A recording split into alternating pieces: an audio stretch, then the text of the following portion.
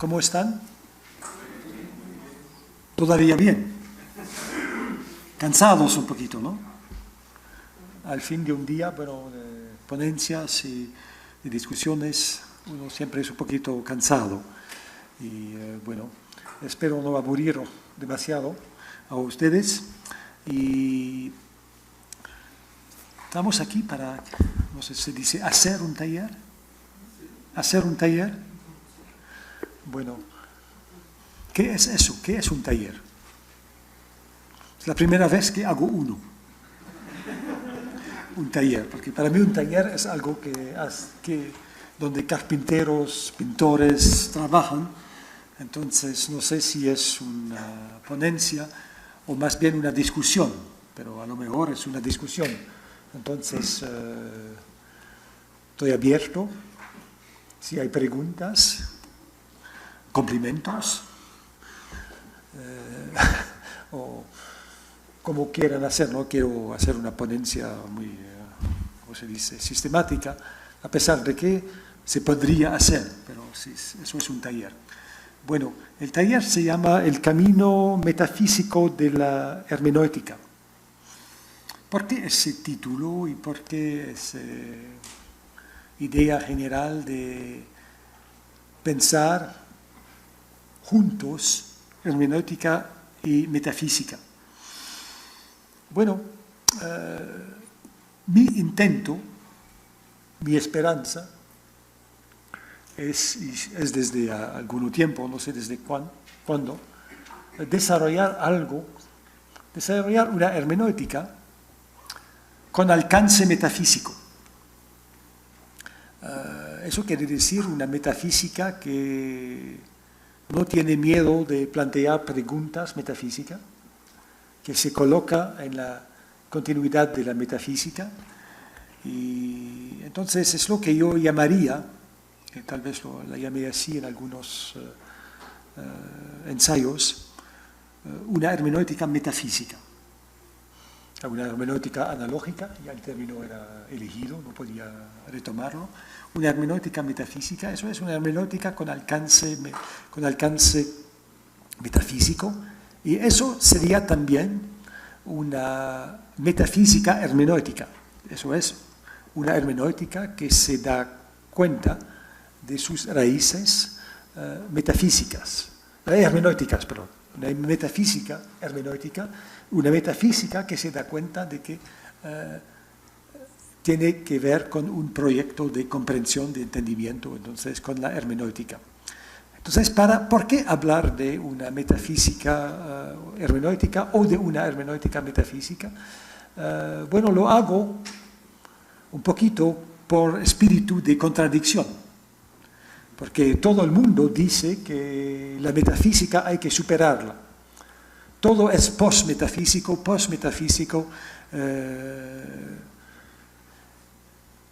pero todo el mundo habla del post-metafísico sin conocer a la metafísica misma. Entonces yo tengo esa tendencia de contradicción que tal vez es característica de todos en la filosofía.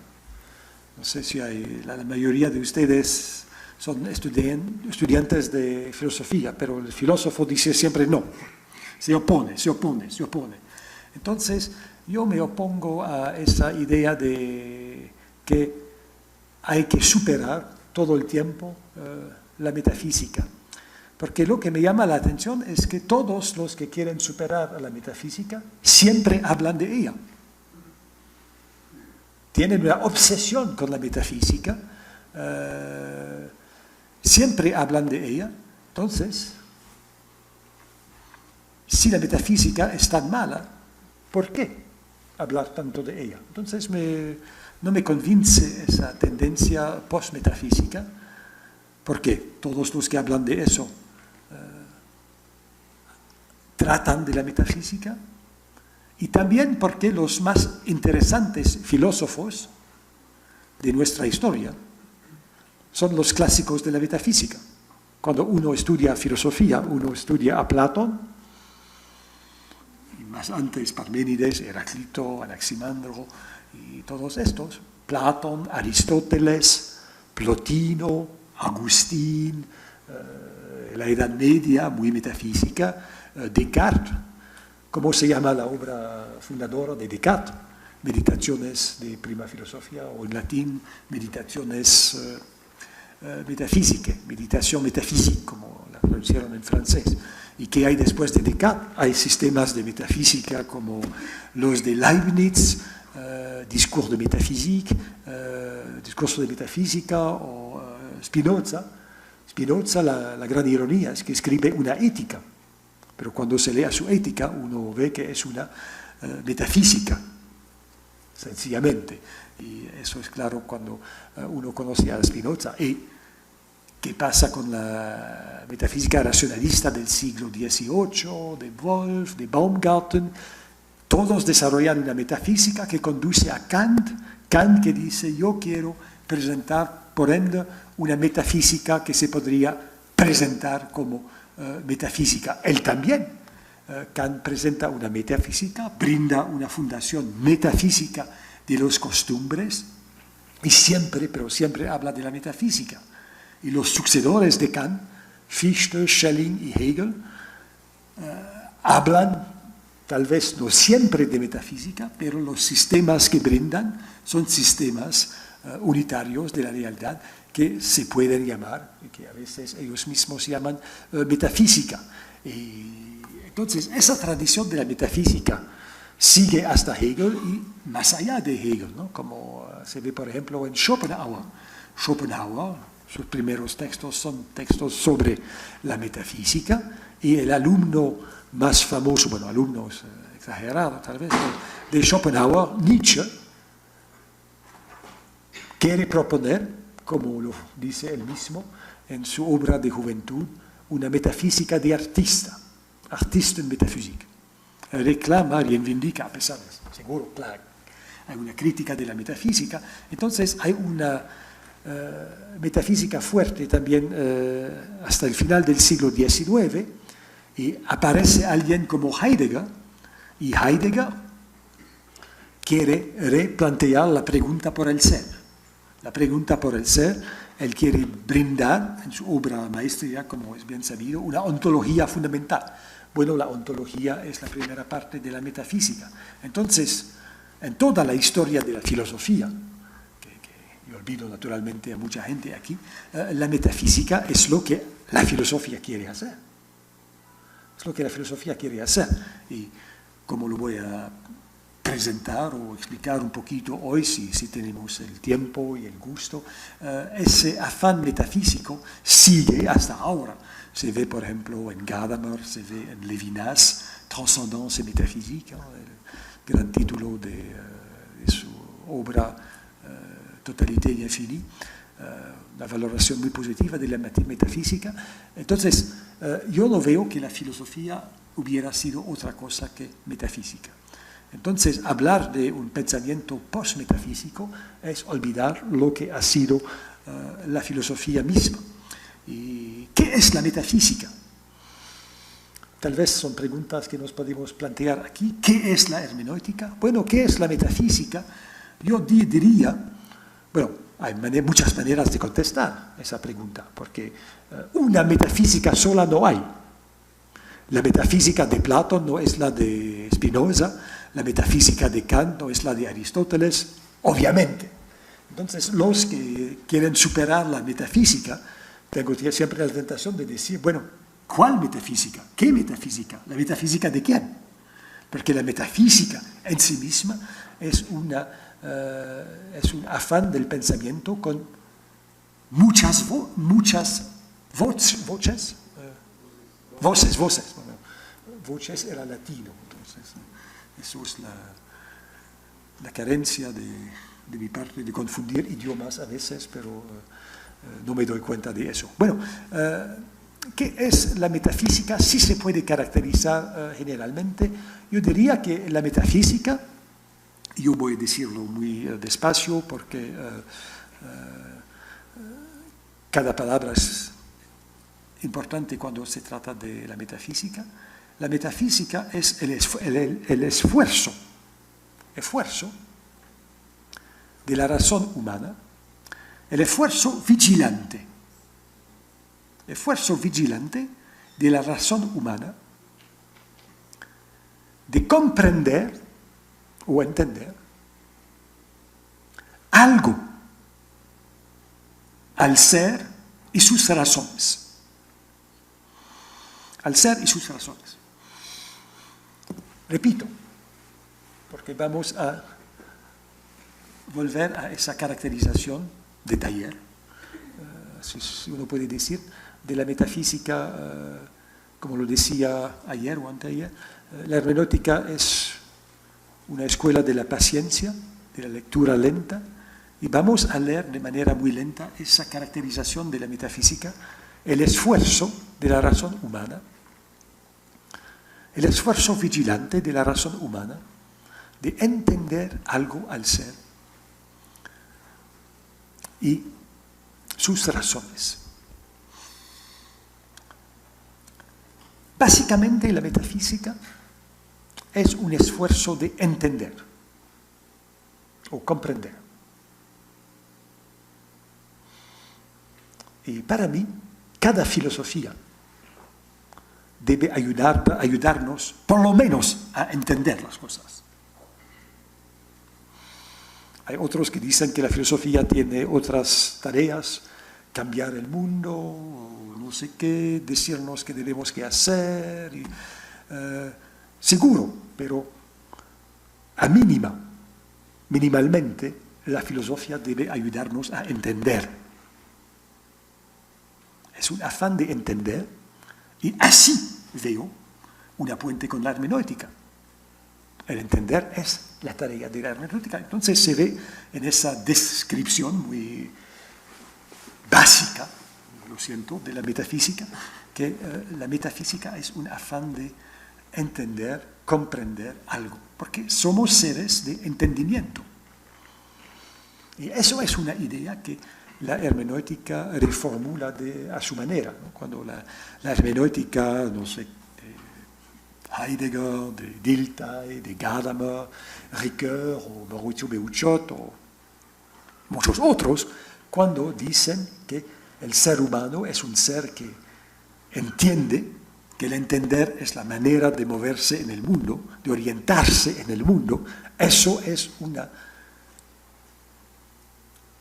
reduplicación de la caracterización clásica del ser humano como del ser que puede entender, que puede comprender, el Homo sapiens. Entonces, la metafísica es un afán de entender. Pero digo un afán o un esfuerzo. Esfuerzo, ¿no? ¿Esfuerzo o esfuerzo? Esfuerzo. Es la primera palabra. Porque no conozco ninguna metafísica que podría decir de sí que su afán de entender se hubiera acabado. Es un esfuerzo que es siempre reempezado. Un esfuerzo de entender que tiene que ver con ese carácter del ser humano, que es un ser de esfuerzo, de afán. Y aquí pienso a muchos autores que me inspiran mucho, antiguos y modernos. Por ejemplo, pienso, por ejemplo, en autores como Gabriel Marcel o Paul Ricoeur, que dice que el ser humano se caracteriza por su esfuerzo de ser. Es un ser humano. Los éxitos son raros en la vida. Hay, pero son sorpresas, ¿no? Pero todos nos esforzamos, ¿sí? Se puede decir, de hacer lo mejor que podemos, y es un esfuerzo de entender. Entonces, hay algo en la metafísica de tentativo. Algo de tentativo, la tendencia del ser humano. Y eso lo veo en cada metafísica. Yo pienso, por ejemplo, en la primera frase de la metafísica de Aristóteles. Los dioses no hacen metafísica, no hacen filosofía. Eso es una cita seguramente del banquete, del simposium de Platón, ¿no? Que todo el mundo conoce, el discurso más guapo de la historia de la filosofía, el discurso de Diotima, ¿no? Los dioses no filosofan. ¿Por qué? Porque filosofía quiere decir aspirar a la sofía, la sabiduría. Y los dioses, ahí arriba, no sé dónde, ya tienen la sabiduría, ya son sabios. Nosotros solo aspiramos a eso, ¿no? Vuelvo a Aristóteles. Pantes anthropoi, todos los seres humanos. Origontai. Origontai. Muchas maneras de traducir eso. Origontai. Orexis es el deseo, le decía. La aspiración, el amor. Bueno, uno podría distinguir amor de deseo y aspiración, pero todos los seres humanos, dice Aristóteles, desean. Hay un deseo a la base de la metafísica. La metafísica no es un sistema de, no sé qué, ¿no? De matemático. Eso es una caricatura, ¿no? Todos los seres humanos son seres de deseo. O si tal vez hay aquí un ser humano que no tiene deseos, que levanta la mano. Bueno, Aristóteles es confirmado. Todos los seres humanos son seres de deseo, de esfuerzo. ¿Y qué desean? Bueno, hay otra pequeña palabrita en el texto de Aristóteles. Pantes anthropoi origontai fusei. Es desde su natura, desde su naturaleza. Hay algo que nos propulsa. ¿A qué? Aidenai. Aidenai, del verbo griego aido o ideo, hay muchas maneras de... ¿Cómo traducir eso? Supongo que en las traducciones clásicas en castellano se debe decir saber. Pero hay otras traducciones que dicen comprender. Ya que saber es comprender la razón de las cosas. Todos los seres humanos, filosofía es amor, aspiración hacia algo que no tenemos, la sabiduría. Y es muy maravilloso como Platón presenta en su simposio, ya será conocido, la genealogía de amor, dónde viene amor, ¿no? Este personaje casi entre los dioses y los seres humanos. Bueno, el amor, dice Platón, o Diotima, porque es una revelación que recibió Sócrates, el amor es hijo, el amor es eros, ¿no? La palabra fuerte para el amor, eros, ¿no? Que se puede oír en Origontai, ¿no? También. El amor es hijo de dos personajes que se llaman Penía y Poros. Penía, ¿qué es Penía? Es la carencia, ¿conocido? Le manque, la falta. La falta, la carencia, el estado de ser insuficiente. Hay eso en el amor. Alguien que ama o que quiere ser amado es alguien que le falta algo. Y le falta algo y entonces hay un sufrimiento. Es iniciativa, la capacidad de hallar caminos.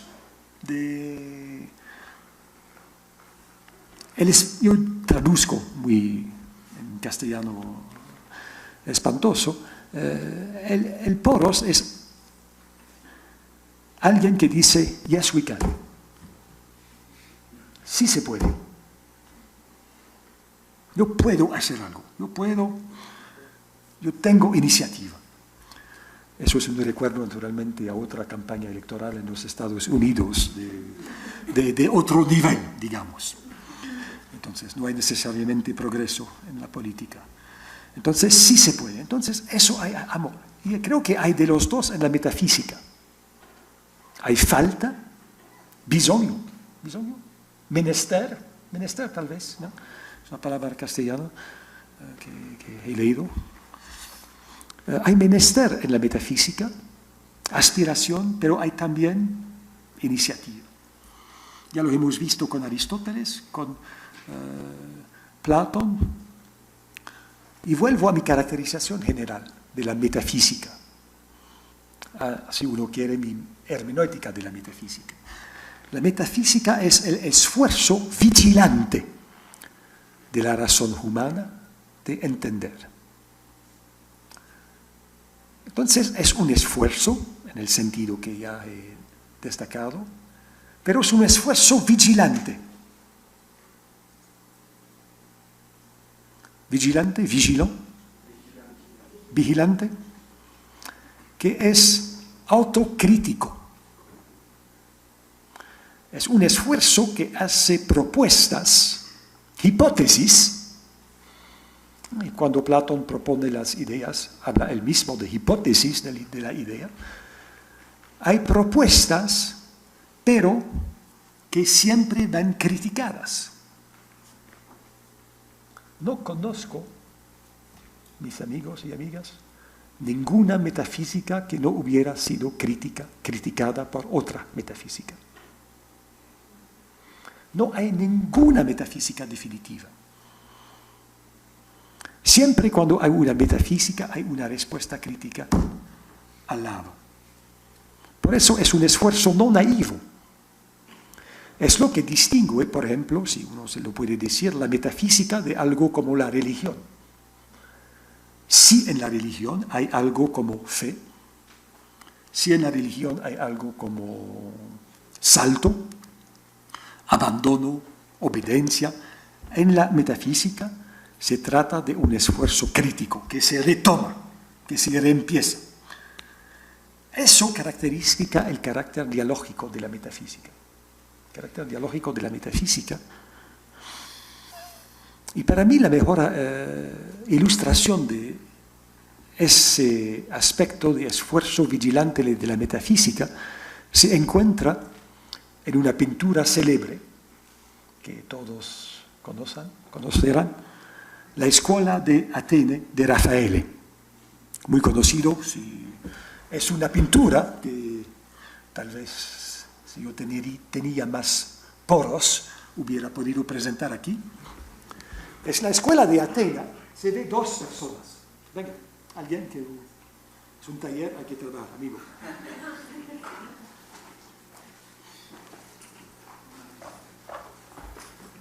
En la pintura, ¿cómo te llamas? Efren. Eso. En la pintura hay Aristóteles aquí y Platón. Es muy bien porque en la pintura hay todos los alumnos de Platón y Aristóteles, y a veces autores que son antes de Platón y Aristóteles, Heráclito, Parménides, todos esos. Y por casualidad, Aristóteles es joven y tiene una barba. En la fresca, ¿no? La fresca, la pintura. Platón tiene menos pelo, es mayor. Y los dos se miran así. Pero Aristóteles tiene esa posición y mira hasta mí. Presenta la espalda. Creo que está por acá. Toma un libro. Es un taller, ¿no? Taller hay que trabajar, ¿no? Platón tiene un libro aquí que se llama el Timeo, ya se puede leer. El Timeo, el diálogo de Platón, donde Platón presenta su visión del mundo, de un mundo que es lleno de ideas, de principios ideales matemáticos, que no se reducen a sus apariencias materiales físicas, y por eso Platón tiene su libro así, el Timeo, y hace así con el dedo. Hay que mirar hasta arriba. Eso es con un gesto la metafísica de Platón. Yo trato de entender las estructuras del mundo en mi timeo, que es un diálogo, pero con atención a la trascendencia, la idea del bien, como se llama. Platón lo llama de muchísimas veces. Y Platón está ahí, y Aristóteles lo está mirando así,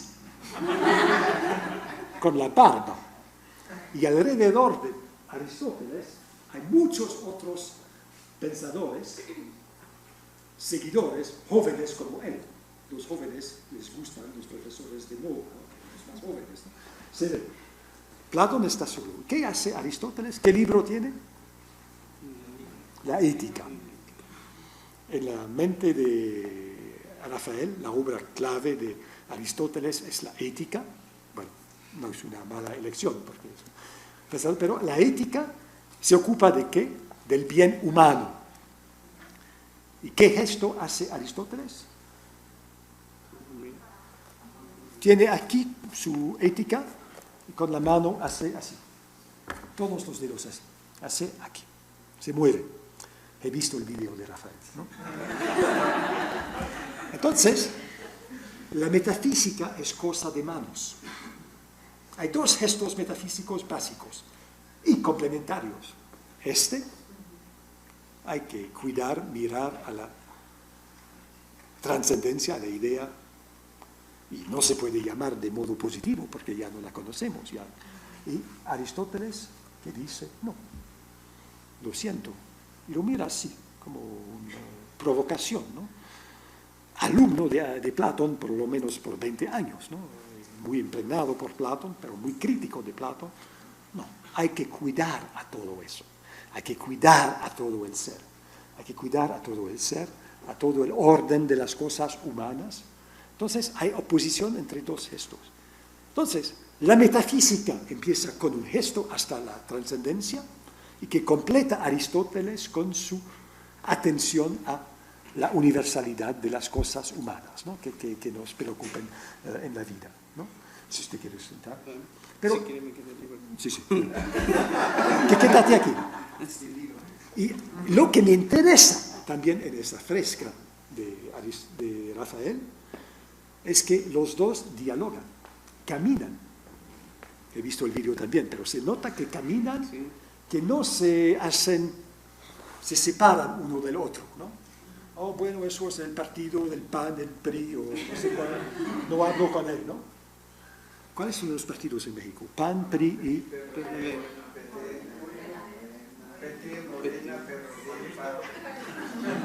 Y son bloqueos, ¿no? Aquí hay los, no sé, P algo, pero en la metafísica no, dialogamos.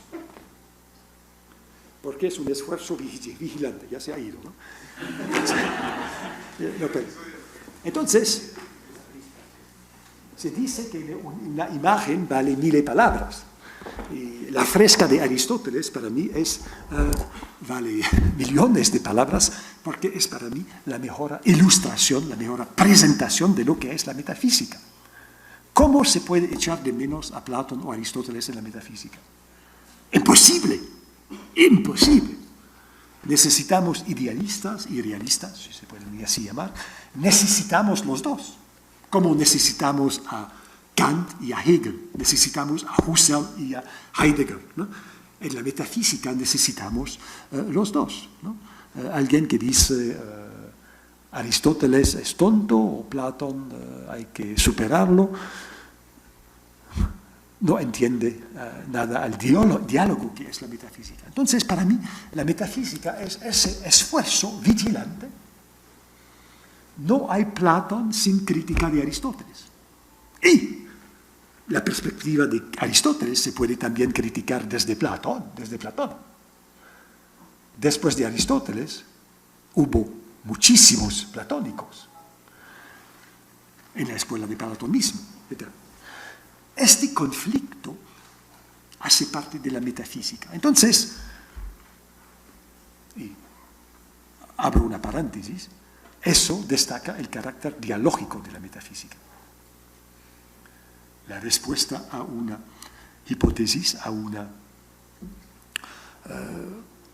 la respuesta a una propuesta de sentido. Entonces, la metafísica es un esfuerzo vigilante de la razón humana. La razón humana. Eso es la gente de la metafísica. La razón es lo que, para la metafísica, para la historia de la filosofía, caracteriza al ser humano. Es con la razón que entendimos algo a las cosas. Pero ¿qué quiere decir razón? Muy gran pregunta, seguramente, pero hay una cosa que caracteriza a la razón, es su capacidad de desarrollar argumentos, de ir de A a C pasando por B. Hay algo en la metafísica como un desarrollo argumentativo. Es un lado de la razón que se puede llamar dialéctico, porque argumenta, porque busca razón. Y eso es lo que caracteriza nuestro modo de conocer. Bueno, es moda hoy de superar a la razón. El racionalismo es malísimo. Si uno quiere superar a la razón, uno necesita razones. No se puede superar a la razón sin razones y sin pensar. ¿Y pensar con qué, por favor? Con la razón.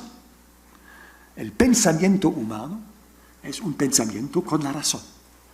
Pensamiento con la razón que hay que tomar en su sentido más amplio.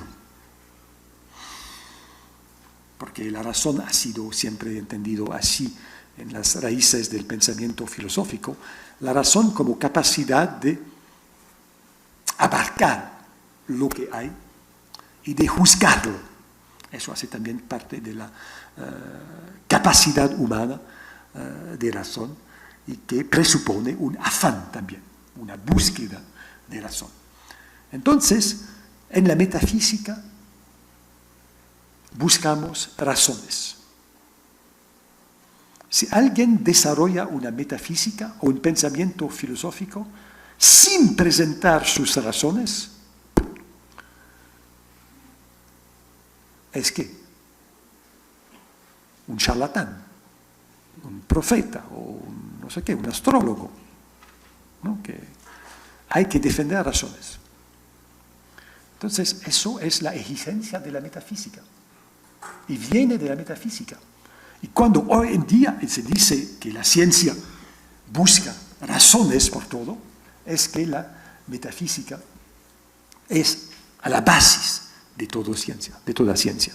Entonces, la metafísica es un esfuerzo vigilante de la razón humana de entender, esta palabra a la vez metafísica y hermenéutica. ¿Qué quiere decir entender? Hay muchas maneras de entender al entender, pero se puede salir tal vez aquí de la palabra comprender. Comprender viene del latino comprendere. La etimología es muy fácil. Tomar junto, comprendere. Hay en este afán vigilante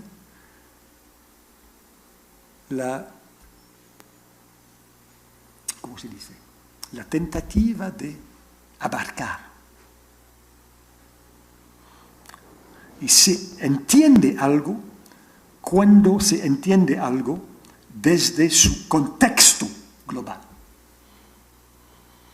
Tal vez digo aquí una banalidad, pero comprender es comprender desde cualquier totalidad. Lo que la metafísica llama el universal. En griego, katolou. Katolou, según el todo. Katolon, según el todo. La metafísica es ciencia, es el afán de entender algo en su totalidad. En su totalidad. En su totalidad hay esa meta en la metafísica que sobrevive también en la ciencia. Cuando la ciencia quiere comprender un fenómeno, quiere comprender todos los casos de un fenómeno, quiere comprenderlo en su universalidad, Entonces, eso hace parte de la... y cuando Aristóteles propone, en la primera frase del libro cuarto de su Metafísica, la única definición de la prima filosofía, lo que se llamaría después de él Metafísica, dice, hay una ciencia que considera el ser en cuanto ser, el on he on. Definición muy célebre, básica, el ser en cuanto es ser. Es una ciencia, explica Aristóteles, del ser en su universalidad, que se distingue de todas las otras ciencias que son ciencias de este aspecto de la realidad. La ciencia del físico, la ciencia del matemático, la ciencia de este campo de la realidad. Solo habría, dice Aristóteles, porque él tampoco brinda una versión definitiva de la metafísica. Aristóteles esboza la idea de una ciencia general del ser en cuanto ser. Entonces hay en la metafísica una aspiración a la universalidad. Pero no es la única cosa que yo quiero destacar en el entender que caracterice la metafísica entendida hermenéuticamente. Entender no quiere solamente decir comprender. Entender también quiere decir ir al interior de lo dicho. Uno dice, por ejemplo, yo entiendo algo como yo entiendo la interioridad que se expresa en una expresión, en una manifestación. El Dilthey, que es uno de los padres de la hermenéutica, dice entender es este proceso a través del cual podemos penetrar, ir hasta el corazón del individuo, entendiendo lo que hay detrás de la manifestación, detrás de su palabra. Todo eso hace parte del entender. Y hay otra connotación del entender que me gusta mucho, que seguro será viva también en castellano. Entender quiere también decir aceptar. Si hay una situación, no sé qué, triste o que no se puede cambiar, uno puede decir, entiendo. Y entiendo quiere decir acepto. Hay algo de aceptación, de reconocimiento de lo que hay, de aceptación es tal vez aquí la palabra que yo utilizaría, porque la filosofía debe ayudarnos también a aceptar la realidad. Y eso hace parte del comprender. Cuando uno comprende la realidad humana y la realidad del ser, uno entiende. Eso es. Y se reconcilia, tal vez, con el ser y con la vida. Nietzsche habla del amor fati, ¿no? Amor fati, reconciliación con el destino, pero veo eso siempre en la metafísica. Un esfuerzo vigilante de la razón humana de entender. Y en el entender hay también esa aceptación, esa reconciliación con nuestro destino. Pero lo que queremos entender es que el ser es la palabra. Se puede utilizar otra. Pero el ser aquí quiere decir la realidad en su totalidad. ¿Cómo entender, por lo menos, los rasgos de la realidad? ¿Podemos decir algo a propósito de eso? Sí podemos. Y la disciplina que nos ayuda a entender esas cosas es precisamente la metafísica. Algo al ser. ¿Por qué hay las cosas? ¿Qué son las cosas? ¿Qué son las categorías básicas del ser? ¿En qué consiste el ser? ¿Qué representa el hecho de que hacemos parte del ser para un tiempo brevísimo? Eso conduce a un pensador clave para la metafísica y la hermenéutica como Heidegger a decir que el ser humano es un Dasein, ser ahí. Otro nombre de la realidad humana, ser ahí donde el ser se da a entender. Y que lo queremos o no, entendimos algo al ser. Y las bases de este entendimiento del ser son las que la metafísica quiere desarrollar. Y una última cosa en la metafísica que importa, la metafísica es el esfuerzo, afán vigilante de la razón humana, de entender algo al ser, algo, porque nunca entendimos todo, solo los dioses lo podrían, algo al ser y sus razones. Otra vez la razón. Las razones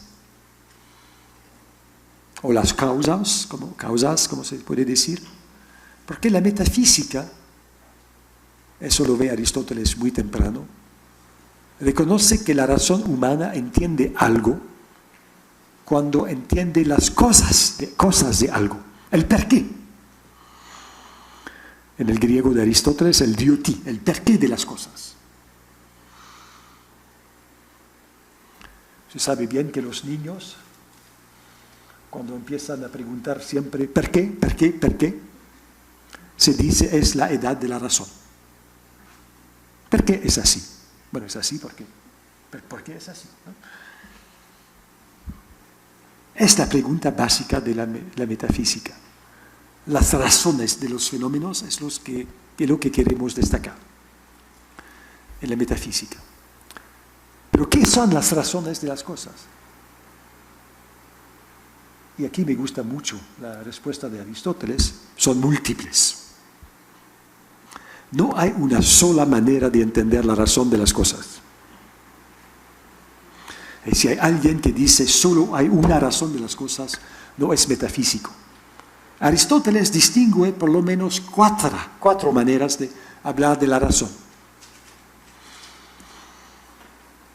o de la causa de las cosas. La primera causa es la causa material. ¿De qué son hechas las cosas? Eso es una mesa de madera. ¿Por qué es así? Porque es de madera. Y madera es así, es algo que se puede trabajar, bueno, en un taller especialmente. Es una causa. Y los antecesores de Aristóteles otorgaron mucha importancia a este tipo de causa, dice Aristóteles. Todos los presocráticos hablaban de esa causa, pero que Aristóteles es el primero en nombrar materia. Su palabra es más diferente, hyle. Hyle es el bosque, el bosque de árbol, ¿no? Le bois. Le bois. Hyle. Le bois. La madera. La madera. Es la palabra que utiliza. La madera es mejor, la madera, muchas gracias. La madera es un concepto muy abstracto para Aristóteles, porque hay madera en todas las cosas. En la piedra hay materia. Naturalmente no. En la piedra solo hay piedra, pero el concepto de Aristóteles dice que hay madera en todo, hyle. Eso, carne o no sé qué, o piel, o huesos. Es madera. Las cosas con las cuales las cosas son hechas. Concepto muy abstracto, que Platón no utiliza en este sentido.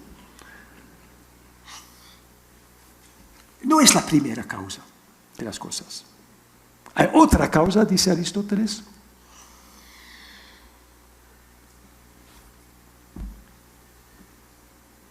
lo que impresionaba a Aristóteles era la constancia en los fenómenos. ¿Por qué los fenómenos son siempre los mismos? ¿Por qué un árbol siempre crece según un tipo? Un árbol de manzana no es como un árbol de citrones, no es como una palma, no es como otro árbol. Ese principio que explica la constancia de las cosas es lo que Aristóteles llama en griego eidos, la idea. La idea es el principio que explica la constancia en las cosas. Eso era una maravilla para los griegos y lo que era para nosotros. ¿Cómo explicar que los seres brotan así según tipos diferentes, ¿no? Tipos de árboles, tipos de animales, hay características constantes en cada ser. Eso es el principio de la idea, del eidos. Por ejemplo, eso es una madera, es hecho de algo, pero es un tipo de madera, que yo no podría nombrar en castellano. ¿Qué tipo será? Pino hay en Canadá también, entonces pino está bien. El principio es de pino. Pero, con la materia, el pino no explico todo. Necesito explicar de dónde viene esta mesa. ¿Cómo la mesa nació? Y eso es lo que el latino llamará la causa efficiens. En griego, el inicio del movimiento. Arquetes kineseos. La respuesta es el carpintero. El carpintero hizo esa mesa, digamos. Entonces, hay por lo menos 3 causas, pero no son las únicas. Hay otra. La causa más importante para Aristóteles, porque es la causa que regla todo el universo, la causa final. ¿Por qué hay esa mesa? Bueno, para talleres de metafísica, talleres de hermenéutica, talleres de filosofía. Es la única razón por la cual hay mesas en el mundo, naturalmente, ¿no? Para reflexionar en la filosofía, ¿no? Entonces se ve que las razones de las cosas son múltiples, ¿no? Nunca se puede decir que solo hay una. Entonces la metafísica es abierta a todos estos tipos de explicación. Y hay otra cosa aquí que me gustaría destacar, porque a propósito de las 2 primeras cosas, hyle, madera, y eidos, idea. ¿Cómo se ha traducido hyle en latín?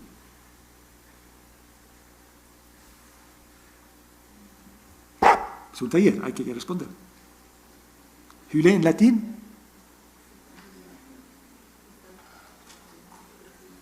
Es como castellano. No, hyle. La materia. La materia. ¿Qué quiere decir materia? Otra pregunta. ¿A qué apunta la idea de materia? ¿No? Materia, ¿qué quiere decir? Mater. Excelente. Materia viene de madre. ¿Por qué se ha traducido hyle, madera, en madre en latino? La traducción es de Cícero. ¿Por qué la hyle recibe la idea? La madre recibe, ¿cómo se dice? La semienza del eidos. Entonces, la materia, como concepto, que es la traducción latín de un concepto griego difícil por el tiempo griego, la madera de construcción es la madre. ¿Por qué se traduce con la madre? Porque Aristóteles y Platón decían, Aristóteles lo dice en la física, y Platón lo dice en el Timeo, pero usando otra palabra que Hule, Cora, que hay ideas que impregnan algo como una materia. Aristóteles dice en la física que es la nuriz, el útero del devenir. Entonces, y eso es para mí muy importante destacarlo, el concepto mismo de materia presupone una perspectiva idealista. No hay materia sin idea. La materia como concepto presupone la preeminencia de la idea que impregna la materia. Eso se olvida cuando se piensa hoy día que la materia es independiente. En el mundo no hay nada más que materia, ¿no? Como si eso fuera una evidencia. Materia es una metáfora maternal para decir lo que recibe la idea. Entonces, eso es la metafísica. He hablado mucho, no sé cómo va el tiempo, pero en la metafísica se olvida a veces el tiempo, a pesar de que las mejores concepciones del tiempo han sido desarrolladas por metafísicos. La metafísica es el afán vigilante, esfuerzo vigilante de la razón humana de entender algo al ser y sus razones. Es un concepto de metafísica que se podría llamar hermenéutico, en el sentido básico, porque la metafísica se esfuerza de entender algo al ser. De entender algo al ser, y es por eso que yo no quiero oponer metafísica y hermenéutica. Y ahora puedo hablar un poquito de la hermenéutica, después de haber hablado hermenéuticamente, libremente de la metafísica. Voy a hablar de la hermenéutica, nos quedan ¿qué, 4 horas o algo? No sé qué, ¿cuánto tiempo queda? ¿2 minutos? ¿200 minutos? ¿Ah? No, pero eso no importa porque hay algo que Sócrates no le gustaba, son los macroilogos, los discursos largos y macroilogos no quiero hacer. Pero la hermenéutica, ¿qué es la hermenéutica? ¿Qué? Bueno, usted dijo ayer que mantener como la sensibilidad para sacar el sentido de las cosas. Muchas gracias. Hubiera necesitado 2 horas para decir eso. En un taller hay que trabajar. ¿Sí? Tenés que trabajar, tenés que pensar conmigo. Espero. Y si digo tonterías, hay que reaccionar. Porque la metafísica es un esfuerzo vigilante. No puedo decir tonterías aquí. Si digo tonterías, errores, respuestas, contestaciones. Eso es la metafísica. Bueno, la hermenéutica, ¿en qué medida tiene algo que ver con la metafísica? Bueno, ¿qué ha sido la hermenéutica? No voy a contar aquí la historia de la hermenéutica. Hay muchos muy buenos libros sobre esa historia de la hermenéutica en el mundo. ¿Hay lluvia ahora o qué? Eso es lluvia mexicana, ¿no? Bueno, es como una masa continua, ¿no? A través de la cual la naturaleza se recuerda a nosotros. Está muy bien. La hermenéutica, a mi parecer, ha sido 3 cosas en su historia. muy básicas. La primera cosa que la hermenéutica ha sido históricamente es una disciplina que proponía reglas para la interpretación correcta de los textos. Por ejemplo, hermenéutica del texto sagrado de la Biblia. He visto que ayer algunos van a hablar de la hermenéutica teológica. Es una hermenéutica que brinda reglas, principios, de la interpretación de los textos. Eso necesitamos porque hay gente que interpreta los textos de manera a veces frívola. Se intensifica el techo está bueno. Está bien. La hermenéutica ha sido algo como una técnica para entender los textos. Una técnica para entender a textos. La hermenéutica ha sido segunda cosa en el siglo XIX, en la continuación de esa caracterización de la hermenéutica como técnica.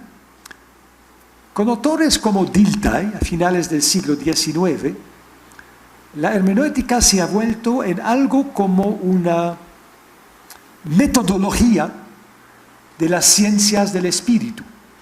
Metodología de las ciencias del espíritu.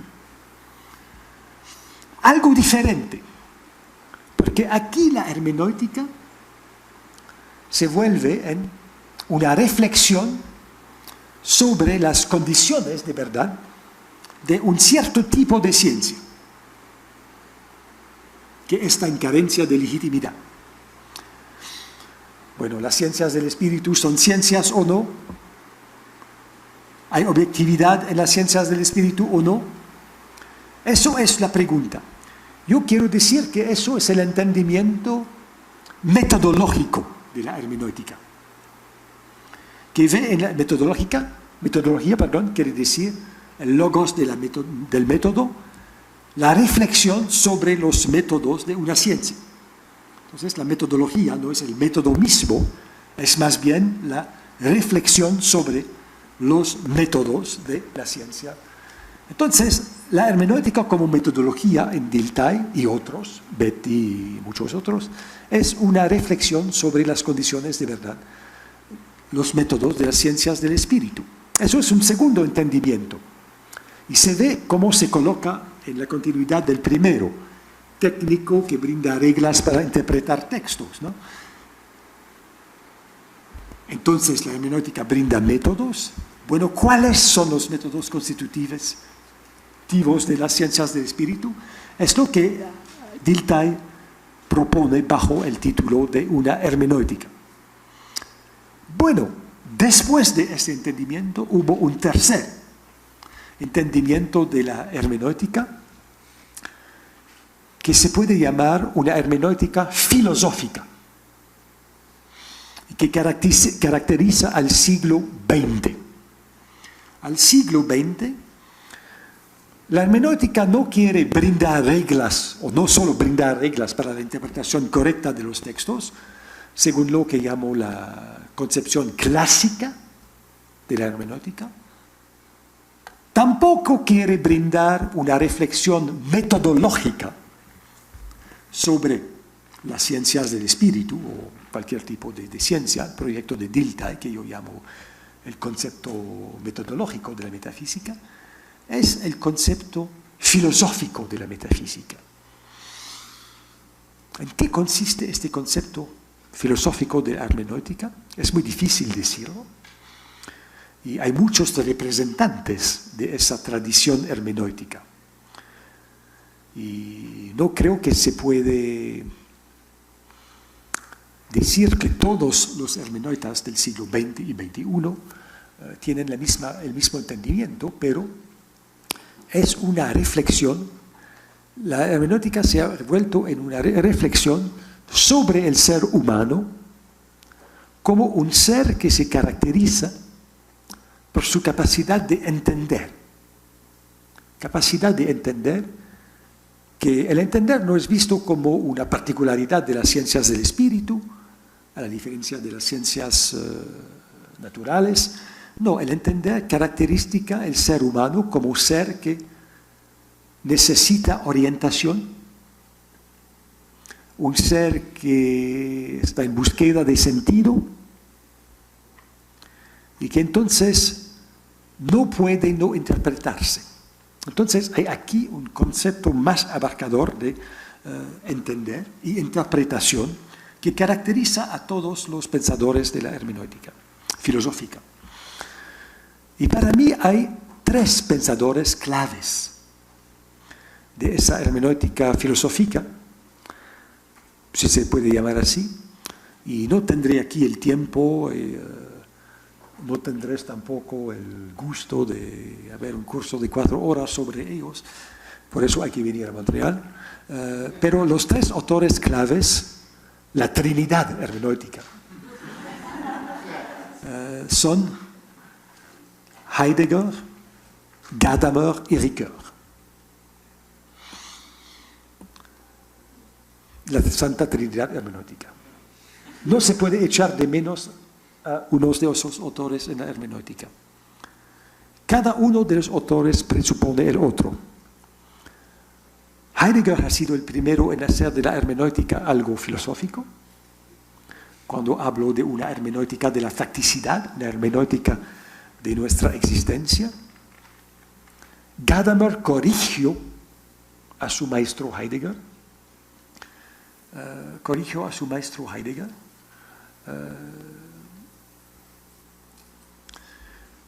Con su obra Verdad y Método, 1960, y Ricoeur no diría que corrige a Gadamer, pero que lo completa.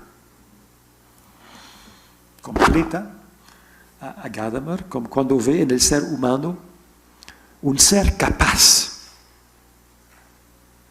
Eso es una idea muy fuerte de la última hermenéutica de Ricoeur, que dice que el ser humano es un ser capaz, que se caracteriza por sus capacidades, sus posibilidades. Una idea que se coloca en la noción que ya hemos vista del ser humano como ser de esfuerzo, de deseo.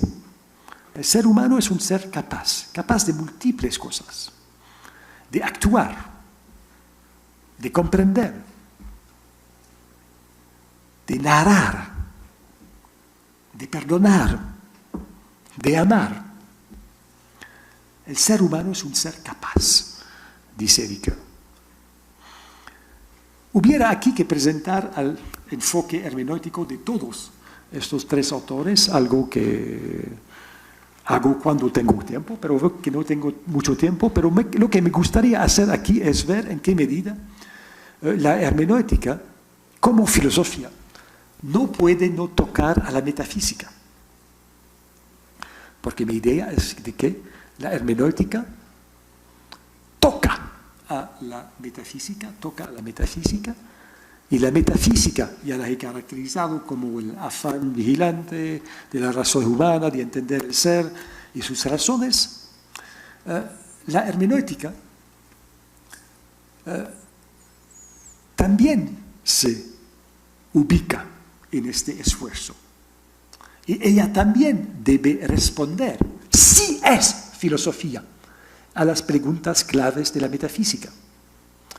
Para formularlas de otra manera, muy conocida, muy básica, se puede pensar aquí en Kant, cuando dice que hay 3 preguntas básicas de la metafísica, muy claras, muy estupendas. ¿Qué puedo conocer?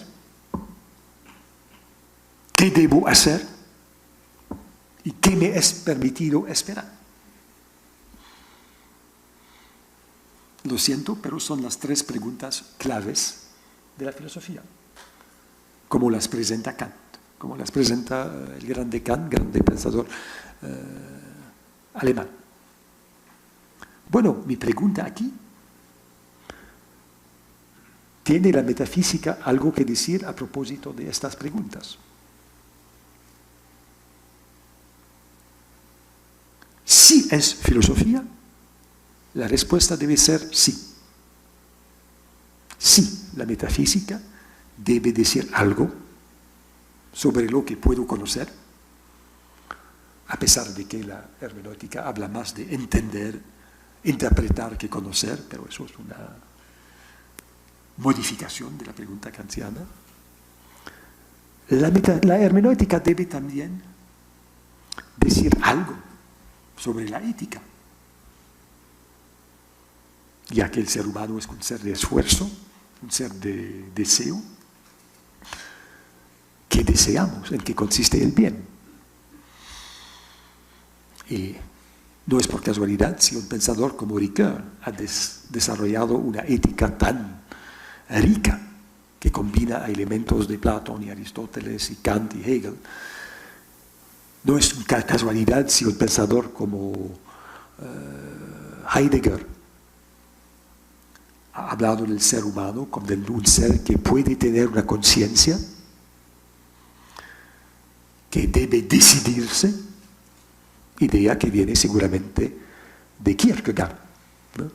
Saludo aquí a Rafael García Gabón de la Anahuac, que es un gran pensador de Kierkegaard, gran especialista de Kierkegaard, y por eso no voy a hablar mucho de Kierkegaard, porque voy a decir tonterías, pero es claro que Heidegger retoma también esa pregunta de ética de Kierkegaard y Gadamer. Bueno, no se puede entender a su hermenéutica y tampoco a la de Maurizio Beuccio, por supuesto, sino uno no entiende la manera en que Gadamer y Maurizio Beuccio retoman la idea aristotélica de la phronesis, de la prudencia, bueno, que no tengo aquí que presentar porque ya sería como porter des chouettes à Athènes, ¿no? Tengo que explicar a ustedes en qué consiste el pensamiento tan rico de Maurizio Beuccio. Esto es ya presupuesto. Entonces, la hermenéutica no puede abarcar las preguntas metafísicas y también la última pregunta, que era para Kant la más importante. ¿Qué me es permitido esperar? ¿Tiene la hermenéutica respuesta a esa pregunta? No es obvio. Es menos obvio que para entender la primera pregunta o el qué debo hacer, la ética. Pero yo digo que sí, la hermenéutica es filosofía, ya que hablamos de una hermenéutica que no es una hermenéutica técnica, no es una hermenéutica metodológica, pero filosófica. La hermenéutica debe también decir algo sobre esas preguntas. ¿Qué me es permitido esperar? Entonces, la hermenéutica no puede no discutir de lo que atañe a las esperanzas fundamentales del ser humano y de la humanidad. Y entonces, la hermenéutica,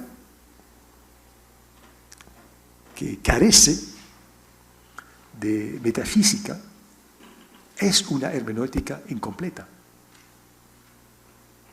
Es una hermenéutica que carece de pertinencia filosófica. Entonces, si la filosofía hermenéutica, si la hermenéutica filosófica tiene importancia, relevancia, pertinencia filosófica, entonces debe abarcar esa pregunta y debe decir algo sobre ese asunto. Ya había previsto hablar mucho de la manera en que Heidegger, Dilthey, Schleiermacher, Gadamer y Ricoeur hablan de eso, pero voy a terminar para discutir, hacer taller, con la caracterización que ha propuesto nuestro amigo, cuando ha dicho que la hermenéutica es una sensibilidad hacia el sentido, una sensibilidad, una receptividad, una apertura al sentido que se puede encontrar, seguramente en los textos, y quien dice sentido dice sin sentido, el uno presupone el otro, el sentido que se puede encontrar en los textos, en los seres humanos, en la naturaleza, en el ser y en el mundo mismo. Entonces, si hay sentido en el mundo mismo, se puede esperar que la existencia humana en sí mismo tiene también sentido. En otras palabras, que el ser humano es otra cosa, para retomar la palabra fuerte de Jean-Paul Sartre, el ser humano es otra cosa que una pasión inútil. Eso presupone que la experiencia humana tiene sentido. Y a mi parecer es la tarea de una hermenéutica como sensibilidad hacia el sentido, escucha del sentido, escucha paciente del sentido, sufriente del sentido, de responder, de tocar y de responder a esa pregunta. Por eso yo diría que no veo cómo la hermenéutica no puede no haber un alcance metafísico. Bueno, pero ahora bastará, ¿no? Y podemos discutir y hacer taller y pensar la hermenéutica metafísica, la metafísica hermenéutica juntos. ¿Sí? Si hay preguntas, si hay objeciones de las razones, sí. Gracias por nombrarse. ¿Cómo se llama usted? Hola, buenos días, buenas tardes. Carlos Peláez. Carlos. Tengo dos preguntas. La primera es si su metafísica retoma o que fuera más explícito usted en cuanto a la vida, que desde la perspectiva de Dilthey, que recupera Heidegger en la vida fáctica e incluso Ricoeur en el arco hermenéutico, en la triple mímesis. ¿Dónde queda la vida en su metafísica? La vida cotidiana, la vida fáctica. Y la segunda pregunta es si tiene algún escrito usted sobre filosofía de la historia, muy importante en Dilthey y también en Ricoeur, sobre el sentido de la historia que Ricoeur encuentra en la utopía, en el reconocimiento recíproco de la libertad de los otros. Hay muchas cosas. La primera cuestión es ¿dónde queda la vida? ¿Dónde queda la vida? Bueno, la vida está presente siempre, en la medida en que la vida, si se habla aquí de la vida humana, es una vida que quiere entenderse a sí mismo. Se conoce la palabra entretemps famosa de Charles Taylor, mi colega de Montreal, que dice que el ser humano es un animal que se interpreta, self-interpreting animal. Entonces yo digo que la metafísica y la hermenéutica hablan siempre de la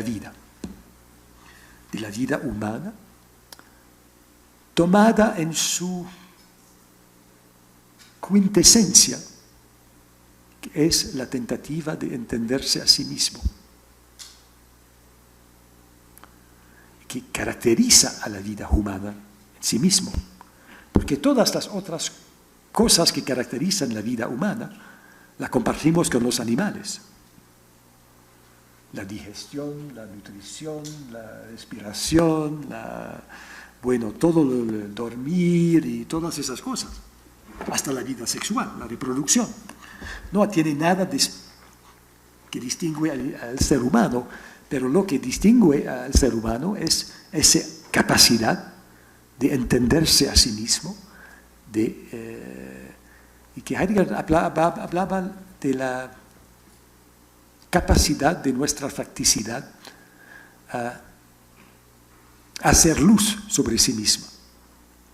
Eso es lo que es la vida, que Heidegger nombra, como sabe, la facticidad.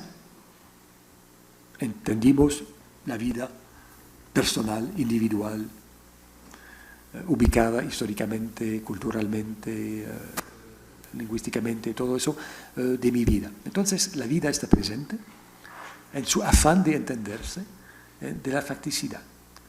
El ser humano es un ser que busca el sentido, y eso es donde se ubica la vida.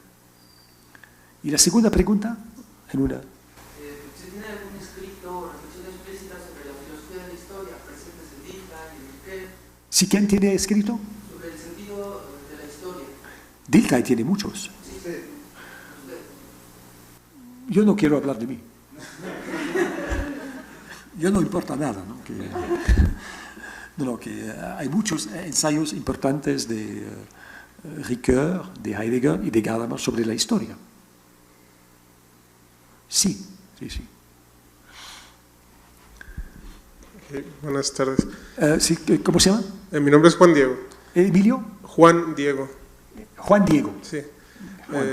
Usted Juan, muy bonito nombre. Gracias.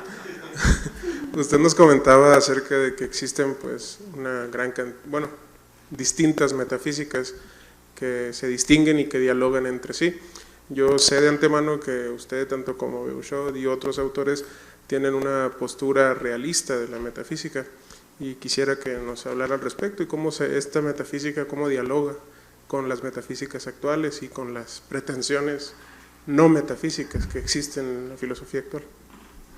Bueno, qué gran pregunta, pero cuando digo que la metafísica es el afán de entender el ser, ya aquí hay la respuesta. La metafísica quiere entender algo, y cuando hay entendimiento hay un objeto directo, hay un referente, un discurso que solo habla de sí. Es un discurso solipsista. Cuando se habla siempre del mundo, se habla siempre al otro, se dice algo, y para mí no veo cómo no se puede hablar de la realidad. Pero en la metafísica sabemos que hablamos de la realidad con conceptos, Gadamer habla de prejuicios, con anticipaciones, expectaciones. Sí, eso hace parte del afán de entender. Es que la realidad siempre se ofrece en un proyecto de entendimiento, pero es la realidad que entendimos. Sí, es la realidad que entendimos. Y Mauricio Beuchot habla aquí de realismo con otros. Bueno, yo lo hago menos porque yo no veo cómo no se puede ser realista.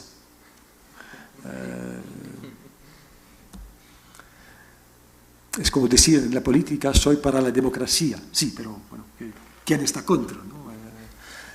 Es obvio que cualquier afán de entender quiere entender a la realidad, quiere entender al ser, pero no hay solo una manera de entender al ser.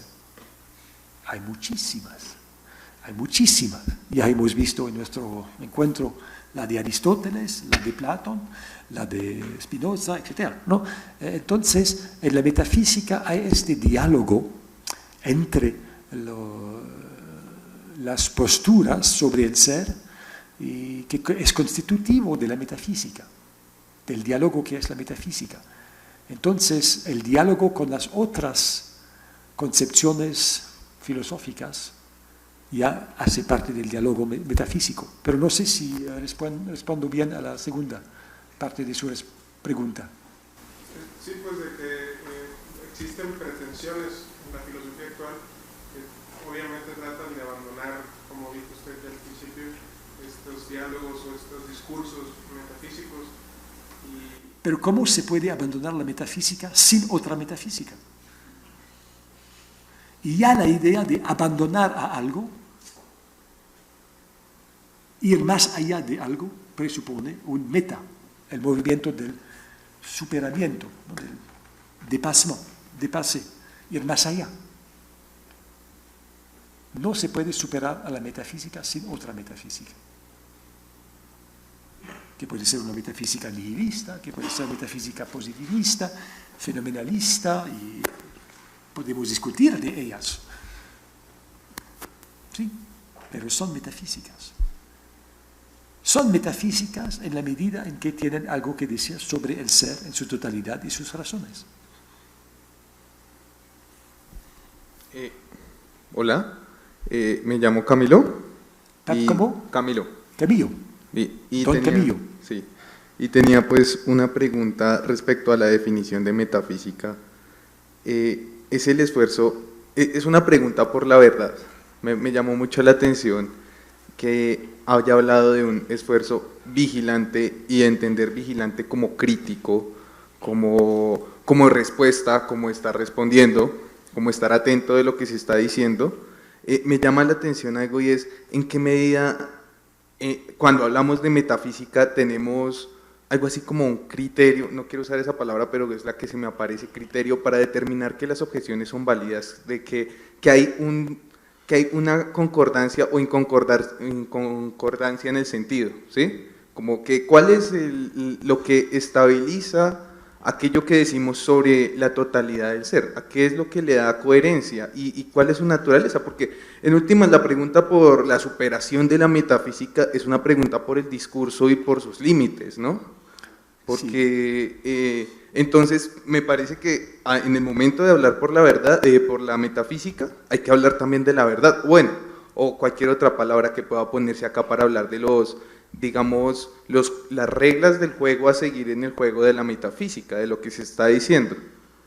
Pues esa es mi pregunta. Muy buena pregunta. Bueno, el criterio de la vigilancia es que lo que se defiende hay que defenderlo de modo racional. Eso quiere decir en un modo que se puede seguir, que se puede reconocer. Entonces, aquí hay algunos criterios de racionalidad. Hay el acuerdo de los espíritus, de los que estudian una cosa. Hay la coherencia de la argumentación y, naturalmente, lo que se llama, que usted ha llamado, creo, la adecuación a las cosas. Entonces, hay muchos criterios, pero en la metafísica, donde hay propuestas de sentido, esas propuestas de sentido son propuestas que se deben defender de modo racional, y eso quiere decir, al mismo tiempo, de modo diálogo. La metafísica nunca rechaza el diálogo. Nunca rechaza el diálogo, y el diálogo es su aire, el aire que respira siempre, yo diría, ¿no? Porque es claro que no hay solo una manera de entender al ser, y no hay una manera definitiva de entender al ser. Entonces, cuando hay una propuesta metafísica, siempre hay algo que es dejado al lado, es sobrevalorizado o no sé qué. Entonces, la otra metafísica va a recordar que esa dimensión exige de ser tomada en cuenta, ¿no? Entonces, es un debate crítico, autocrítico. Yo digo vigilante, si hay mejor palabra la acepto, porque ya en la metafísica estamos todos abiertos a la mejor propuesta, ¿no? Solo el dogmático piensa que tiene la última verdad sobre todo. Eso no va. ¿En qué sentido uno podría decir que una respuesta es mejor? Hay que, más despacio, por favor. Pero ¿en qué sentido puede uno entender que una respuesta es mejor que otra? Corresponde mejor a los fenómenos. Explica más.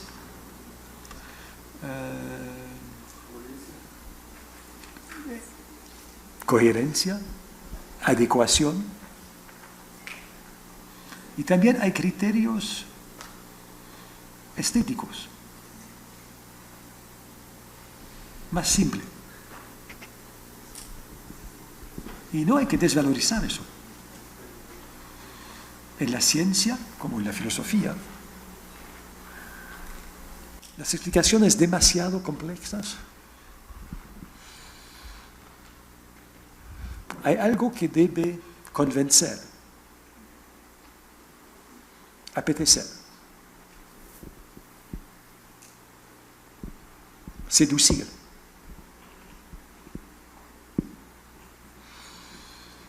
Y eso también tiene algo que ver con la razón. ¿No? Un montón de criterios. Pero quiero decir la mejor propuesta, ¿sí? Claro, ¿no?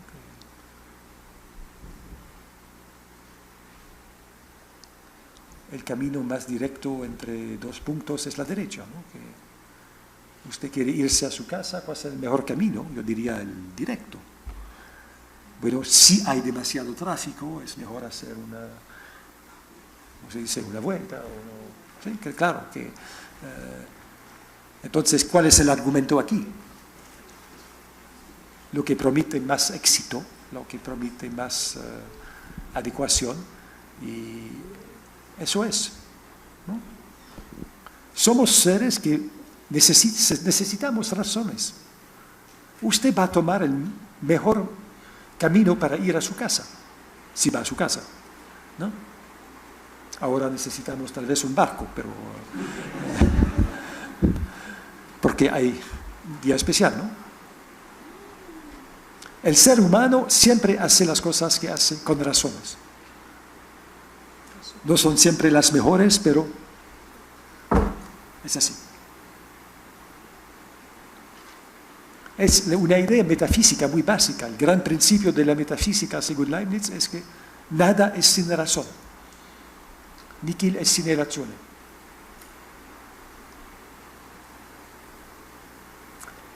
¿Hay un orden, señor? Usted es el maestro de ceremonia, ¿no? Es que me ha dado el poder con el micrófono. Mi nombre es Freddy. ¿Cómo? Freddy. Freddy. Esto último que el compañero expresó como si acaso hay parámetros y que es bien extraño porque lo que dice es lo que me convenza. Y esto último que decía, el ser humano es alguien que actúa por razones y decía además, uno de los grandes argumentos que tiene la metafísica es que nada pasa sin alguna razón.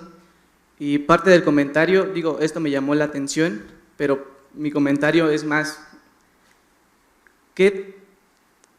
¿cuánto la expresión filosófica que usted tiene se empata con el animal metafísico de Schopenhauer? De Schopenhauer, o Schopenhauer como en español. Sí, Schopenhauer dice que el ser humano es un animal metafísico. Sí, exacto, a eso me refería. ¿Qué tanto su expresión filosófica, por lo menos la hermenéutica que ahora nos expresa, que dice la hermenéutica es una sensibilidad por el sentido, que a su vez, si es una hermenéutica filosófica, como dice usted, está atravesada por una metafísica? Retomaba Heidegger y decía, con la propuesta o la explicación que nos da acerca de cómo el Dasein se expresa a través de esta interpretación, que es algo de suyo, que no le es ajeno, ¿hasta dónde entonces se empata su expresión filosófica con el animal metafísico de Schopenhauer? ¿Hasta dónde, además, la metafísica no se ve como un más allá, sino una, por decirlo así, una transfísica que atraviesa las cosas y que no está en algo distinto que nos acontece? No sé si me explico, porque si recordamos a este autor, él mismo va a decir que en su obra Capital, El mundo como voluntaria representación, lo único que está haciendo es interpretar. En ese sentido cobra patencia o vigencia hablar del animal metafísico en Schopenhauer. Y por último, no sé si no les hizo ruido a los demás que digan que el hombre es un ser de razones, porque si es cierto que hay propuestas metafísicas de diferentes modos, una propuesta sería que el ser humano actúa sin razón y cree o se figura razones. No sé si me explico con lo que he dicho. Bueno, hay muchas cosas y no tengo respuesta a todo, ¿no? Pero la expresión de Schopenhauer seguro la retomo. El ser humano, el hombre, es un animal metafísico. No puede no plantear preguntas metafísicas, no puede buscar respuestas y aceptar las respuestas que son las mejores, las que se pueden defender mejor. Pero al final usted habla de seres humanos que actúan sin razones. ¿Hay de eso? Son razones que no aceptamos, pero tienen sus razones. de las cuales idealmente se puede debatir. Pero el ser humano siempre actúa según razones, ya que es un animal metafísico que tiene razón. ¿En qué consiste, por ejemplo, una acción sin razón?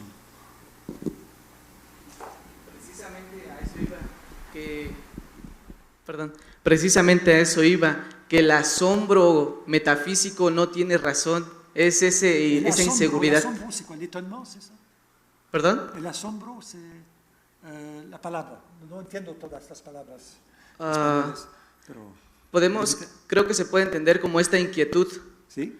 La inquietud, hasta donde logro entender, significa no hay razón, este pasmo, esta expresión de ánimo que con Heidegger venimos a ver que no es baladí, sino que esta expresión, este temple de ánimo, como él lo explica, es algo importante o que atañe directamente a lo que significa ser metafísico. Esta inquietud que provoca no saber por qué pasa. En ese sentido ya no hay razón que pueda explicar, y si acaso es cierto que se mueve con razones, esta inquietud o esta inseguridad que le hace prestar atención a otras cosas, que se acaba el sentido totalmente, porque hablaba usted de la hermenéutica, o más bien el hombre mismo es un hombre en busca de sentido. Y ahora, con esta inquietud que se genera en el asombro, que es el thauma griego, supongo que es a esa palabra, el thauma.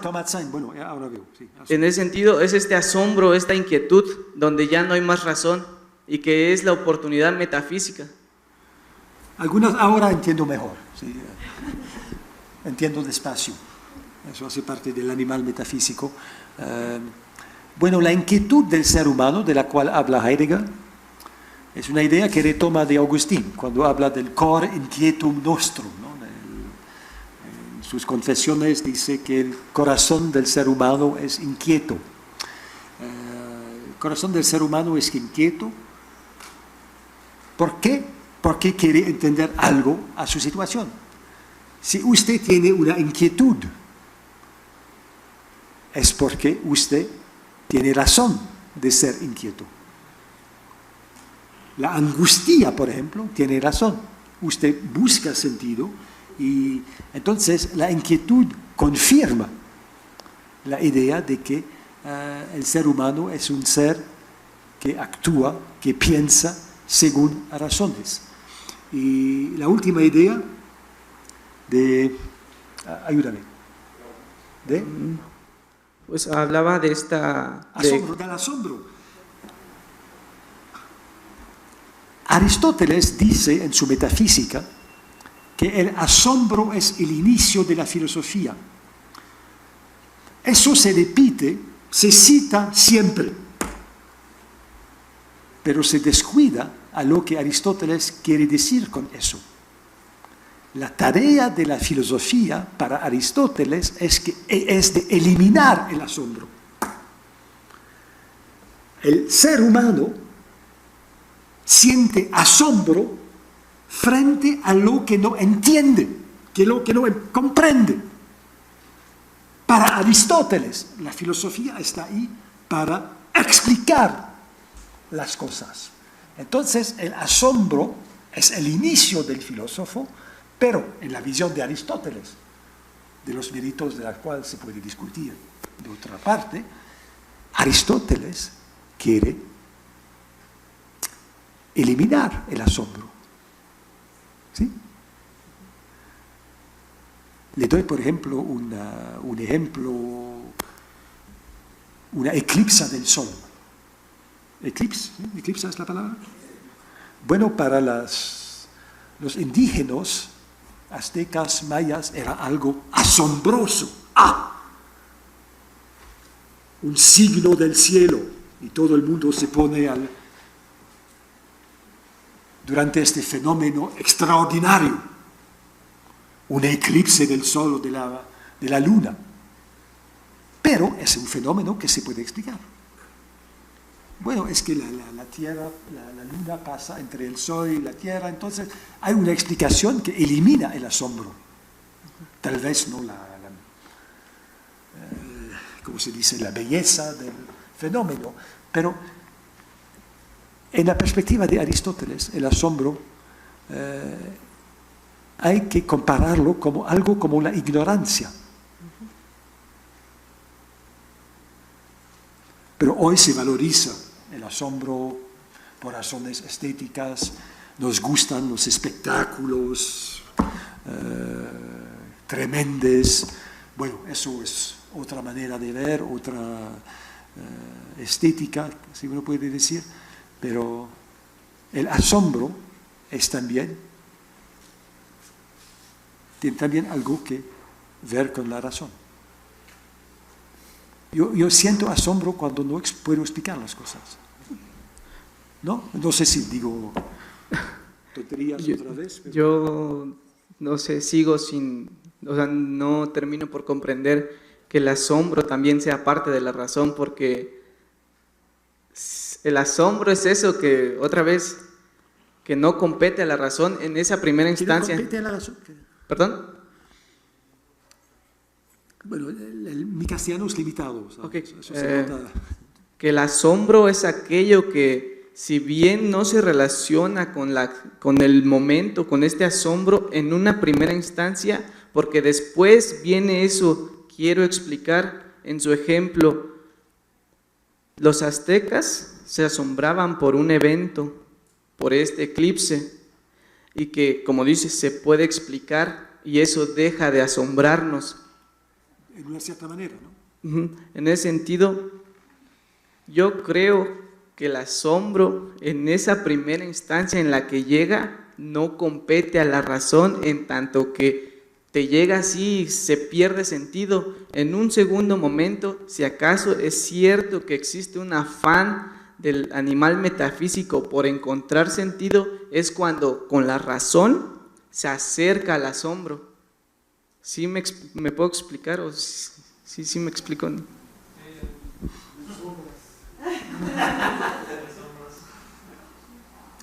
¿La señora quiere explicar?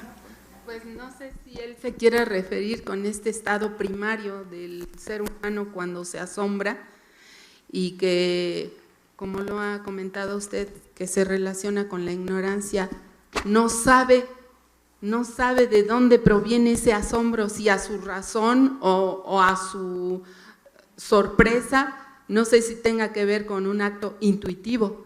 Y ya en una segunda, en ese proceso de responder, porque con el asombro necesariamente tiene que venir una respuesta que él mismo se tiene que dar. Entonces esa respuesta puede ser con muchas razones. Sí, con muchas razones. Pero el nacimiento del asombro, tal vez el compañero quiera decir que no es racional, sino es algo que se escapa de la razón, que se promueve en el interior mismo como un afán incierto que ignora de dónde viene o por qué se da. Tal vez porque así es el ser humano no entiende a todo. Sí. No sé si es... y no conozco a Passant ninguno metafísico que hubiera dicho que el ser humano entiende todo, ¿Sigo yo? que explica todo. Eso no hay. Bueno, buscamos razones porque no entendimos todo. Bueno, creo que sigo yo. Sí, bueno. Sigo yo. Buena propuesta, ¿no? Muchas gracias. Mi nombre es Rosa. Rosa. Estoy muy contenta de estar escuchando su conferencia y solamente quiero comentar algo, que sí, en la metafísica hay un camino dialéctico, en este sentido de que recupera de los clásicos, que no se deben olvidar, como usted dijo, esa falta y esa iniciativa que viene de Poros y Peña. Esa falta e iniciativa es ese movimiento dialéctico que le da a la metafísica.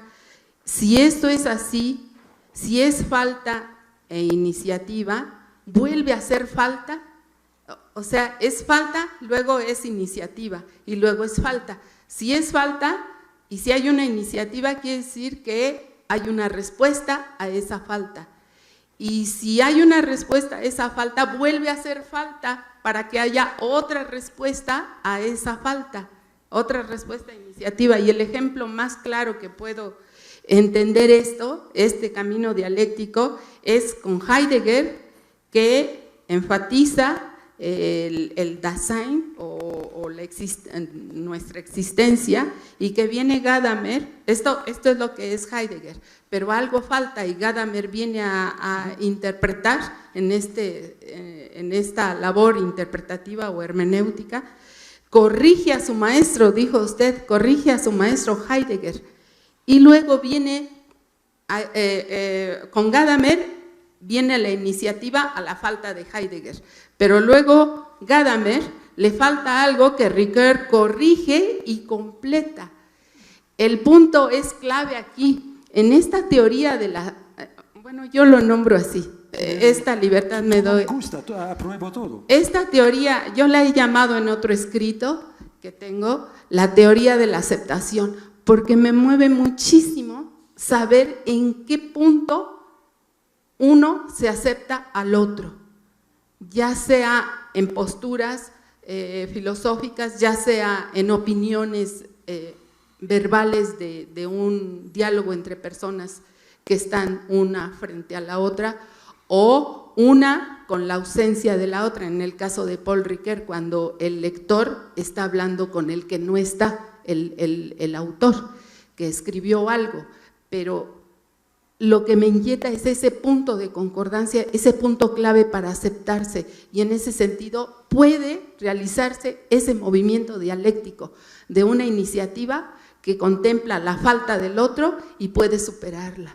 No sé si este camino sea así. Tiene gran sentido, y si usted ha escrito algo sobre eso, lo voy a leer con mucho gusto, y muchas gracias, y me alegro de la traducción de Peña y Porras como falta y iniciativa, ya que está complementaria. Sí, es muy importante lo que dice, muy importante.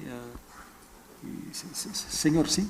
Sí, buenas tardes, mi nombre es Ulises. Ulises, sí. Sí, y mi pregunta es la siguiente.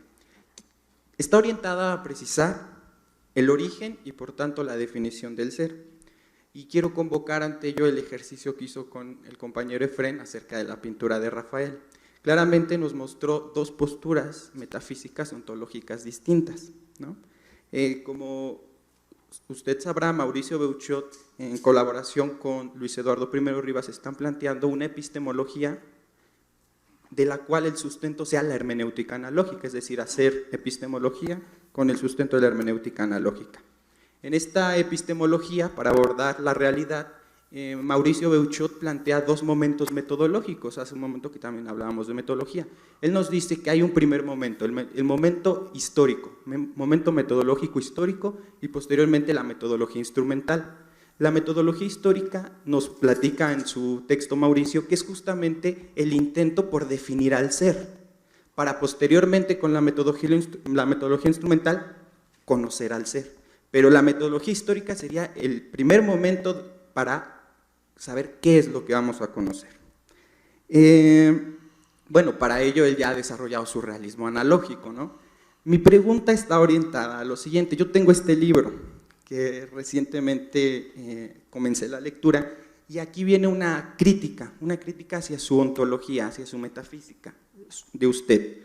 Si me permite, son 3 líneas. Dice: desde una metafísica como esta, se está refiriendo a la grondiniana. ¿A la qué? A su metafísica, grondiniana le llamo yo. Podemos afirmar que el ser es continuo, extenso, permanente, inteligible, consecuentemente referencial, y por tanto no es histórico, ni social, ni construido, ni significado por el ser humano. La ontología grondiana deja sin especificar algún origen del ser y lo asume como existente, un ser ahí, como lo aprendió de uno de sus maestros, el gran Martin Heidegger. Eso es un texto del señor Luis Eduardo. Exactamente. Que me critica. Exactamente. Ah, qué bien. Así sí, yo pensaba que era un texto mío. No, sí, un texto que está haciendo una crítica a su metafísica. Mi pregunta es la siguiente.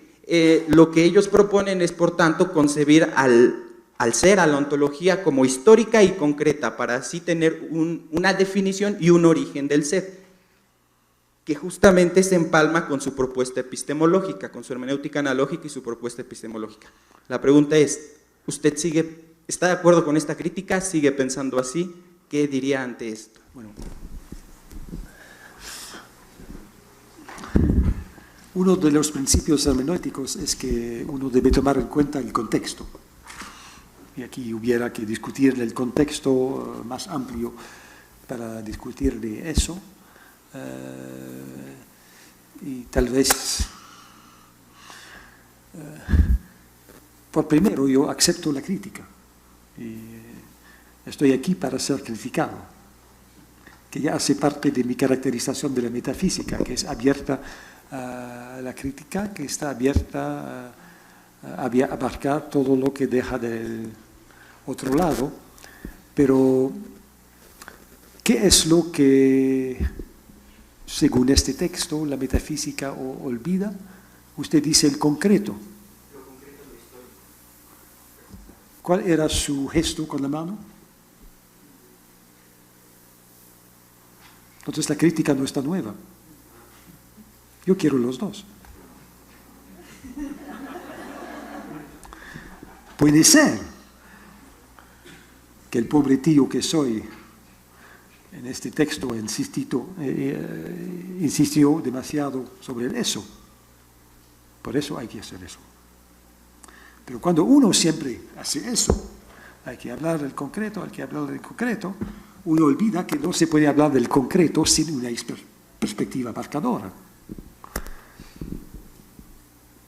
Que el concreto siempre es la concreción de algo. ¿De qué? De una idea. Una plasmación, se dice así en castellano, ¿no? Entonces la concreción es la realización de una idea. Entonces los dos gestos, las dos perspectivas son complementarias. ¿Sí? Y si tal vez insisto demasiado sobre el momento platónico, que vienen los aristotélicos, ¿no? Que me gustan los aristotélicos. Pero yo lo que diría en confidencia es que a mi parecer los aristotélicos son platónicos que se ignoran y los platónicos son aristotélicos que se ignoran, pero eso sería otro debate, ¿no? Muchas gracias, sí, pero... y al fin, los mejores jueces de eso son ustedes. La metafísica no se puede hacer sin que uno piensa con ella. No es algo que hay que aceptar, que hay que ingurgitar, que no es un sistema de doctrinas que hay que aprender, como se dice, par cœur. Uno nunca deja de pensar cuando uno hace metafísica. Uno siempre está hablando con personas inteligentes.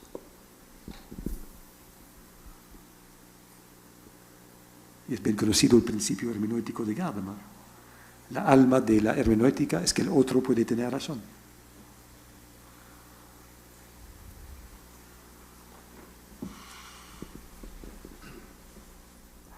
Bueno, usted determina el orden. Yo. ¿Quién? ¿El maestro? Yo.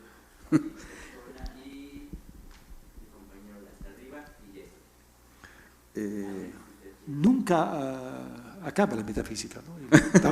Tampoco la hermenéutica, entonces. Eso no lo creo.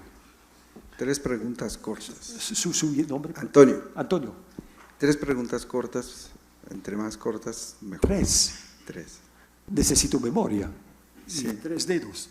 Sí. La primera, su caracterización de hermenéutica como la sensibilidad para el entendimiento del sentido, ¿por qué solamente se quedó hasta el sentido y no incluyó al final el sentido de la experiencia vivida? ¿De experiencia? Vivida. ¿La qué? ¿Cuál? Experiencia vivida. Vivida, la experiencia. Sí, Okay. sí. ¿Por qué no está en esa caracterización? porque siento que si solamente se queda hasta el sentido, solamente hace referencia a las cuestiones textuales o del habla. ¿O de? O del habla. ¿Alma? Habla. Parle. Del habla, sí, sí. ¿Sí? Ok. Habla. Dos. ¿Cuál era? Es posible, usted es bondadoso, creo, porque creo que aquí incluir a la dialéctica en el sentido de la hermenéutica no son dos proyectos distintos, no son dos cuestiones distintas. ¿La dialéctica? Dialéctica y hermenéutica. ¿Es posible hablar de una fusión de estas dos aproximaciones? No sé, creo. En mis razones no. O sea, en mi breve entendimiento del mundo, no. Y la tercera, bajo esta caracterización de metafísica como dar razones, ¿podría entonces hablarse también de una metafísica del pragmatismo?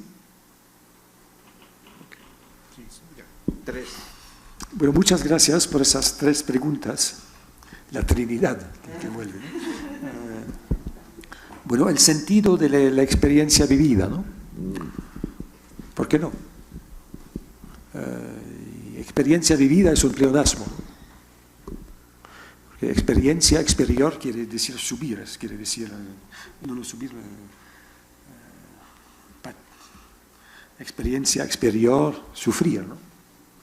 Entonces, cada experiencia está vivida. Entonces, segurísimo que… pero hay que hacer experiencia. Eso es muy importante. Eso es muy importante. Lo digo porque es muy conocido que uno de los fundadores de la ciencia moderna, Francis Bacon, ha promovido la experiencia. El saber debe basarse en la experiencia. Pero en su vida nunca hizo experiencia. Entonces, hay que hacer experiencia, hay que sufrirla, seguro. Entonces, el sentido de la experiencia, no hay otro. La pregunta sobre hermenéutica y dialéctica es compleja, porque el concepto de dialéctico es deslizante, amplio. Y aquí hay que preguntar de qué dialéctica se habla. La de Platón, de Aristóteles, de Kant, de Hegel, de Marx o de la nueva retórica. La dialéctica para Platón es la visión de las ideas. Para Aristóteles, la ciencia de la argumentación. Para Kant es la autocontradicción de la razón pura cuando es dejada a sí misma. Para Hegel es el movimiento del concepto de la realidad misma que supera la contradicción, etcétera, etcétera, etcétera. ¿De qué dialéctica se habla? Y hay naturalmente la dialéctica como ciencia del trivium. Había la gramática, retórica y la dialéctica. Y la dialéctica en este sentido es la teoría de la demostración, de la prueba. ¿En qué consiste una prueba o demostración de la ciencia? Eso era la tarea de la dialéctica. Entonces, dialéctica por la Hochlegetai, se dice en muchos sentidos la dialéctica, es muy conocido. Yo no sé si usted quiere esclarecer en qué sentido, porque es naturalmente amplio, ¿no? Yo quería hablar aquí de metafísica y hermenéutica, que son dos palabras bastante cargadas. Para la dialéctica, Juan tiene que invitarme otra vez. Y la última ha sido sobre… Si podría hablarse del pragmatismo como una metafísica. Sí, se presentó así. Que es verdad lo que es útil. El criterio de la realidad y de la verdad es la rentabilidad. ¿Sí? Es lo que resulta útil. Eso es una metafísica. Una metafísica. William James. Así. Muchas gracias, doctor. Tengo entendido que usted es un hombre católico. ¿Cómo? Tengo entendido que usted es un hombre católico. J'entends pas. Si je suis catholique. Sí. ¿De qué manera es que su hermenéutica se vincula, o bueno, su hermenéutica metafísica, se vincula o se relaciona con la teología católica? ¿Por qué no otras teologías? Mi respuesta a la primera pregunta es basada en Aristóteles. ¿De dónde viene católico? Katholou quiere decir universal. Katholou quiere decir según el todo. Y por eso yo diría que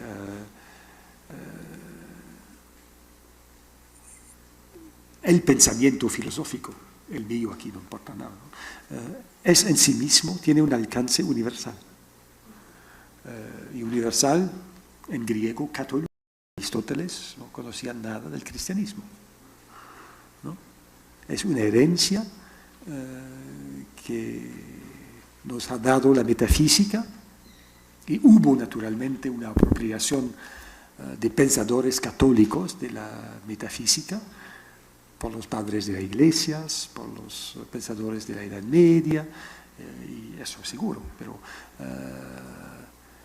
eso es una larga historia. Pero no sé si hay un punto preciso sobre el cual usted quiere... Sí, justamente, usted se refiere, bueno, la metafísica, o hablamos hace rato de tipos, o de distintas metafísicas.